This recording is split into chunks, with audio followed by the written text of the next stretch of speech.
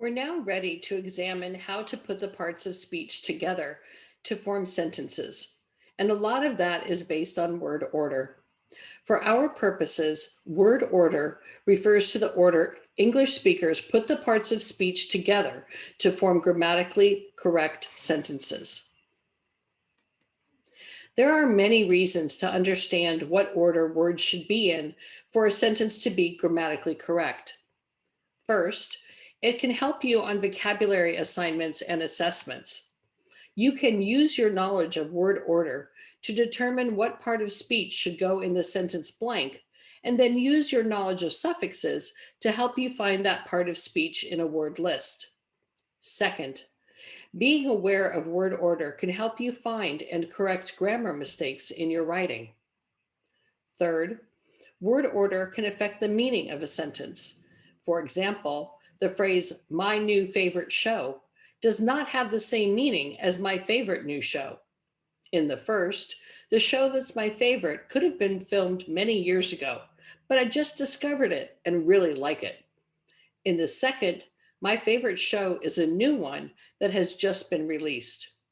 Fourth, understanding word order can help you untangle a long, complicated sentence so that you can determine its meaning. And finally, understanding word order can help you create and express complex ideas and sentences in a grammatically correct way. So let's take a look at the basic word order of English. English has two basic word orders. The first one is subject, verb, object, or SVO. In this case, we have an example here, primates share resources. Our subject, primates, is also a noun. Our verb is share, and our object is resources, which is also a noun. So you can think of subject, verb, object as maybe noun, verb, noun. The second basic word order is subject, verb, complement, or SVC for short. The first one looks very much like the subject, verb, object, because here we have a noun, verb, noun. Our subject is they, which is a noun. Our verb is are, and our complement is creatures, which is also a noun. I'm not going to get into why this is different. We'll talk about that later. The second one is different because here we have noun, verb, adjective. So our noun, conflict, is the subject. We have our verb is, and we follow it with the complement rare, which is an adjective. So sometimes a complement can be a noun and sometimes an adjective. So before we go on, it's important that we take a look at some of the definitions of the words that I was using in the previous slide. So one of the first words is subject, and a subject can be a noun, simply a word like primates. It can be a noun phrase, which is more than one word, something like big hairy primates, or a pronoun like he or she that comes before the main verb in a sentence. So your subject is going to be the first word in a sentence. The subject is also the person or thing that performs the action of the verb. So in this sentence, primates share resources. The primates are the ones that are doing the action of sharing. The last word in that sentence, resources, is the object. An object can also be a noun phrase, or a pronoun. But it's the thing that the action is being done to. So in the case of primates share resources, the resources are the things that are being shared. Now, I've mentioned noun phrase a couple of times here, and a noun phrase is basically, it's a group of words. They can be the subject, the object, or the complement of a sentence. A noun phrase can include a number of adjectives with a noun. So for example, big hairy primates is a noun phrase. The noun is primates and it has two adjectives, big and hairy. Okay, now let's look at the complement. So we've already talked about how a complement can be a noun or a noun phrase, but it refers to the subject. Okay, so it's different than an action. And it can also, though, include an adjective or an adjective phrase. So in the phrase, big hairy primates, that's a noun phrase. The adjective phrase would be big and hairy. An adjective phrase does not include a verb or a noun. And here we have a definition of that. It's a group of words that modify the noun, in this case, primates. So let's look at the most basic sentence, and that's simply a two-word sentence, a word that is a sentence that is just a subject of one word and a verb of one word.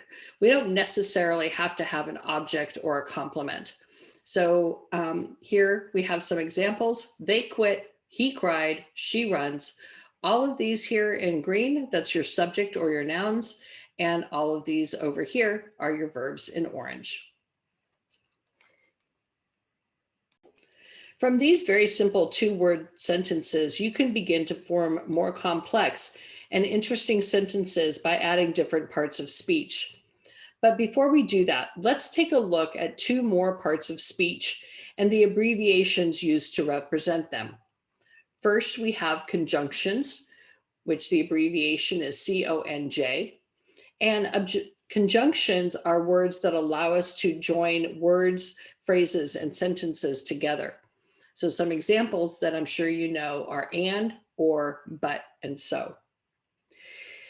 The other part of speech is articles, and the abbreviation we use for those is ART. There are three of them, a, an, and the. Here is a picture that describes a very basic definition for articles. We use them before a is used before a word that has a consonant sound. So in this case, a B. And we use and before a word that has a vowel sound, an apple. Now, an article can come before a noun, but it can also come before an adjective, as we will see shortly. We use these two for nouns that are not specific. We save the for using before a specific person, place, or thing. Okay, so now we can take the sentence that I had, primates share resources, and we can add other parts of speech to it to make it more interesting and specific. So I can expand my subject from the one word primate into the noun phrase, humans and primates. So I just added a conjunction here. All of this is a noun phrase and all of it is my subject. Here's my verb share. And then at the end here, I have my entire noun phrase, certain valuable resources, and that is my object. And you can see here that what I've added are two adjectives or the adjective phrase, certain valuable. So these two adjectives together make my adjective phrase, and these adjectives came before the noun resources. I can do the same thing with complements. So in this case, I expanded my subject even more here. I've added the adjective other. So I have humans and other primates. All of this is my noun phrase, and all of it is my subject. I have my verb are. And then instead of just creatures over here, I added in front of the word creatures the adjective social. So I have a noun phrase at the end here, social creatures. I can also have an adjective phrase at the end. So instead of conflict is rare, I have here my subject conflict, which is a noun, my verb is, and then I've added the adverb very in front of it to get an adjective phrase, very rare. So now adjectives can basically go in two places. The first one is before nouns. So here we have the sentence, she is an intense player. And all of this is a noun phrase. Notice that the adjective intense is between the article an and the noun player. Okay, so it can go in between the article and the noun. If there was no article here, it simply would be the adjective before the noun. And all of this makes up my noun phrase. In this sentence, his commitment to his health makes him a great motivational speaker. We have two adjectives that are coming before the noun. And then before that, we have an article. So again, we have an article, an adjective phrase in between. That phrase is made up of two adjectives, great and motivational, all of which come before the word speaker, which is the noun. And all of this here makes up our noun phrase, a great motivational speaker. And it's also an object. So in this case, this is a subject verb complement. And this is the subject, the verb, and here is my object. The other place that adjectives can go is after verbs of perception. So you might remember from the previous video, our very happy emoji pizza eating person. So here we have one of the adverbs of perception you may remember is the verb to be. And so we have our subject, the yellow emoji. And here we have is my verb and hungry is my adjective. So we have the be verb and we follow that with the word hungry and which is an adjective. Another example could be the yellow emoji seems very happy.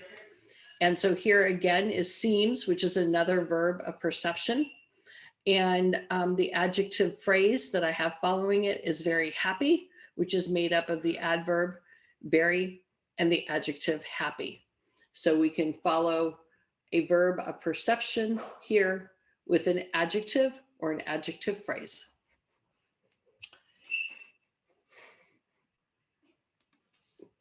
So now I would like you to practice using this knowledge to complete the assignment of 6.13, Unit 1, Word Families. Good luck.